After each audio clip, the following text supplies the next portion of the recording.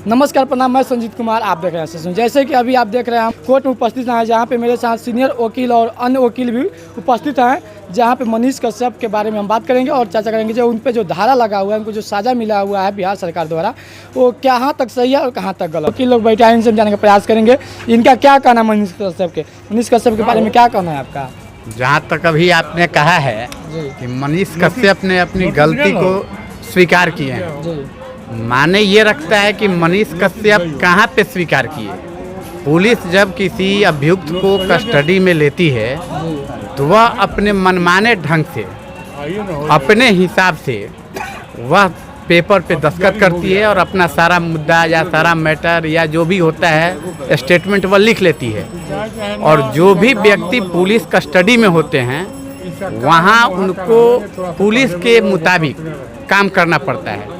तो अगर मनीष कश्यप अगर पुलिस कस्टडी में अगर कुछ दस्तखत कर दिए या कोई स्टेटमेंट दिए तो वह स्टेटमेंट कहीं से कुछ सही नहीं माना जाता है। कोर्ट भी जानता है, उसको कन्फेशनल स्टेटमेंट बोलते हैं। और कन्फेशनल स्टेटमेंट हर कोई जानता है कि पुलिस अपने कस्टडी में रखकर अपने मनमाने ढंग से किसी भी व्यक्ति का वह बयान लेती है जो आरोपित हैं, वह बहुत मायने नहीं रखता है। बिहार प्रशासन के द्वारा, जैसे आपने अभी बताया कि बिहार पुलिस द्वारा अगर थाना पे अगर जो कोई भी स्टेटमेंट लिया जाता है वो कोर्ट में मान्य नहीं होता। बिल्कुल मान्य नहीं होगा, क्योंकि उस पर्सन को समय दिया जाएगा और सारा एविडेंस देखा जाएगा।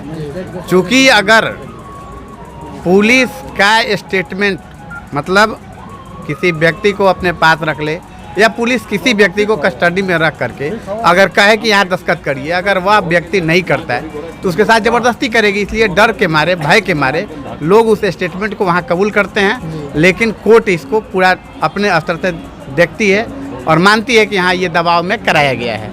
ऐसे कन्फेशनल स्टेटमेंट कोई माने नहीं रखता है। जो मनीष कश्यप पर जो धाराएं लगाए गए हैं, जैसे कि सोशल मीडिया के तहत से हम लोग को भी पता चला है, जो धारा में कितने दिन तक उनको साजा मिल सकता है और कब तक उनको बेल मिल सकता है? जी, कोई अनुमान है? जी, कहने का मतलब है कि जो FIR का जो बयान होगा उसको देखने के बाद और सेक्शन को देखने के बाद यह अनुमान लगेगा कि उनका किस तरह का कृत्य है और जो FIR में जो स्टेटमेंट आया उसके हिसाब से सेक्शन है या नहीं है। अगर नहीं है तो उनको तुरंत बेल मिलेगा। और बेल जो है लोअर कोर्ट से ही मिलना चाहिए, क्योंकि उस तरह का वैसा कोई संगीन अपराध उन्होंने नहीं किया है जिससे कि उनको बेल मिलने में दिक्कत होगी। बहुत जैसे वकील का कहना है जो उनको कम से कम 7 साल का सजा दिया जा सकता है। ये तो ट्रायल की बात होगी ना, ट्रायल में कौन आएंगे नहीं आएंगे, ट्रायल फेस होगा उसके बाद सजा की बात होगी। हमारे अगेंस्ट एविडेंस आएगा, ट्रायल में ही आएगा। अभी तो बेल की बात है, बेल पे देखा जाएगा कि हम उसके लायक हैं कि नहीं हैं। क्या उनको आपको अनुमान लगता है क्या ये जो एंटीसिपेटरी बेल होता है तो जल्द से जल्द उनको प्रोवाइड कराया जाए? क्योंकि मनीष कश्यप खुद कोर्ट में उनके वकील द्वारा बताया गया है कि हमें बिहार पुलिस रिमांड पर लेकर बहुत ज़्यादा टॉर्चर कर रही है। जैसे EIO का जो टीम थी और अन्य जो टीम है बिहार का, तो मनीष कश्यप बहुत ज़्यादा टारगेट कर रही है और शायद मार पीट रही है। उसके तहत मनीष कश्यप खुद स्वीकारे हैं कि हमें जल्द से जल्द साहब से गुहार लगाए कि जल्द से जल्द हमें जेल में बंद कर दिया जाए। इस पर क्या कहना है आपका? माननीय न्यायालय द्वारा रिमांड के मैटर पर कहा गया है कि आप इनको किसी तरह से मारेंगे नहीं, पीटेंगे नहीं, किसी तरह से टॉर्चर नहीं करेंगे। तो ऐसा नहीं है कि पुलिस उनसे ज़बरदस्ती कुछ कहवा ले, है ना। और दूसरी बात कि बेल की जहाँ तक बात है तो केस के ऊपर निर्भर करता है और बेल मिलेगा वैसा कोई सेक्शन नहीं है जिसके हिसाब से उन्होंने कोई कृत्य किया हो। जो मनीष कश्यप हैं उन पे जो धाराएं लगाए गए हैं, उन पे जो आरोप लगाए गए हैं, उन पे आपका क्या राय है, क्या कहना है? उस तरह का कोई मनीष कश्यप काम किए नहीं हैं। और दूसरी बात है कि चनपटिया से विधानसभा का चुनाव लड़ चुके हैं जी, और उनका अच्छा परफॉर्मेंस था, इसलिए बिहार सरकार जो है सो घबरा कर उनको फंसा रही है। लेकिन एक बात सर हमें भी समझ में नहीं आया, हम एक पत्रकार हैं और किसी सरकार को गिराने का जब 180 दिन में हम बात करेंगे तो क्या कोई सरकार हम पे कोई ठोस कदम नहीं उठा सकती है?